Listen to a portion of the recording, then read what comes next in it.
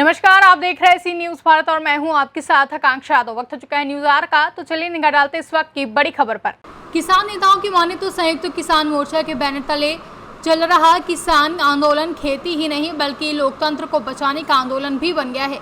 इसी क्रम में तहसील सिकंदरपुर में उप जिलाधिकारी के माध्यम से संयुक्त किसान मोर्चा द्वारा महामहिम राष्ट्रपति को ज्ञापन सौंपा गया है, जहां राष्ट्रपति को सौंपे गए रोष पत्र में तहसील क्षेत्र सिकंदरपुर के किसानों एवं मजदूरों की समस्याओं के साथ साथ भारत सरकार द्वारा लाए गए तीनों कृषि कानूनों को असंवैधानिक बताया गया है। जहां किसानों ने अपनी समस्या बताते हुए कहा कि देश हमें अन्नदाता कहता है। पिछले 74 साल में हमने इस जिम्मेदारी को निभाने में कोई कसर नहीं छोड़ी है, लेकिन जब देश आज़ाद हुआ तब हम 33 करोड़ देशवासियों का पेट भर रहे थे और आज उतनी ही जमीन के सहारे हम किसान 140 करोड़ जनता को भोजन देते हैं।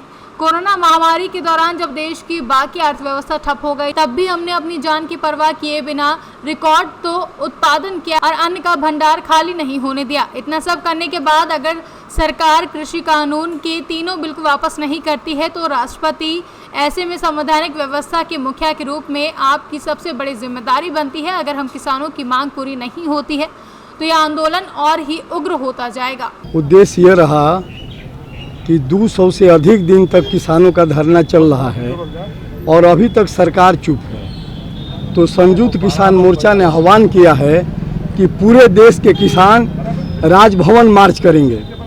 हमारे यहाँ जोगी हैं, पता नहीं राजभवन मार्च करने देंगे कि नहीं। फिर भी कुछ किसान नेता लखनऊ गए हैं मार्च करने के लिए। हम लोगों ने हम अजीत राय जी, शिव नारायण राय जी, बसंत जी, अखिलेश जी, ये तमाम लोगों ने मिलकर ये राय किया कि हम लोग क्यों ना यहाँ गेहूं की बिक्री नहीं हुई, बिचौलियों के जरिए भारी मात्रा में गेहूं खरीदा गया और किसान ट्रैक्टर पर गेहूं लादकर विवश हो गया है, क्यों ना हम लोग तहसील मार्च करें और उप राष्ट्रपति को संबंधित ज्ञापन दें। गेहूं नहीं खरीदी गई या जितनी खरीदनी चाहिए खरीद होनी चाहिए उतनी नहीं हो पाई। ऐसा है कितना खरीद होगा, इतना 140 करोड़ आबादी है। आप जितने किसान गेहूं बेचना चाहते हैं सबका आप गेहूं लीजिए, ये आपकी जिम्मेदारी है।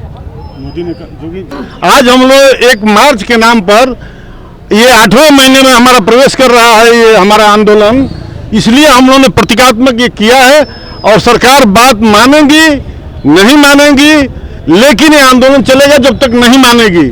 ये सरकार नहीं मानेगी, दूसरी आएगी तो मानेगी।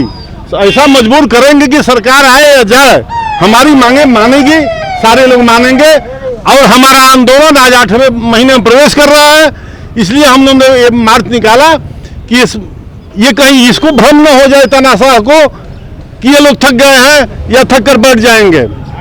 ये तानाशाहों का अंत हमने देखा है, भारत में भी देखा है, विदेशों में भी देखा है। क्षेत्रीय समस्या को लेकर जो ज्ञापन सौंपा गया तो एसडीएम साहब के तरफ से क्या आश्वासन आप लोग? एसडीएम साहब ने जितना प्रयास हो सका, जितनी इनकी क्षमता है, इन्होंने हमारे सामने कई बार प्रयास किया है और गेहूं क्रय के नाम पर इन्होंने अच्छा खासा प्रयास किया है जो इनकी क्षमता है। अगर आप लोगों की मांगे पूरी नहीं होती है तो आगे की क्या कार्रवाई? अब आगे जैसे संयुक्त मोर्चा हमारा निर्णय करेगा उस हिसाब से हम रणनीति बनाएंगे और चलते रहेंगे। बलिया से सी न्यूज संवाददाता लड्डन भाई की रिपोर्ट। फिलहाल के लिए न्यूज आवर में बस इतना ही। देश और दुनिया की तमाम बड़ी खबरों के लिए देखते रहे सी न्यूज भारत।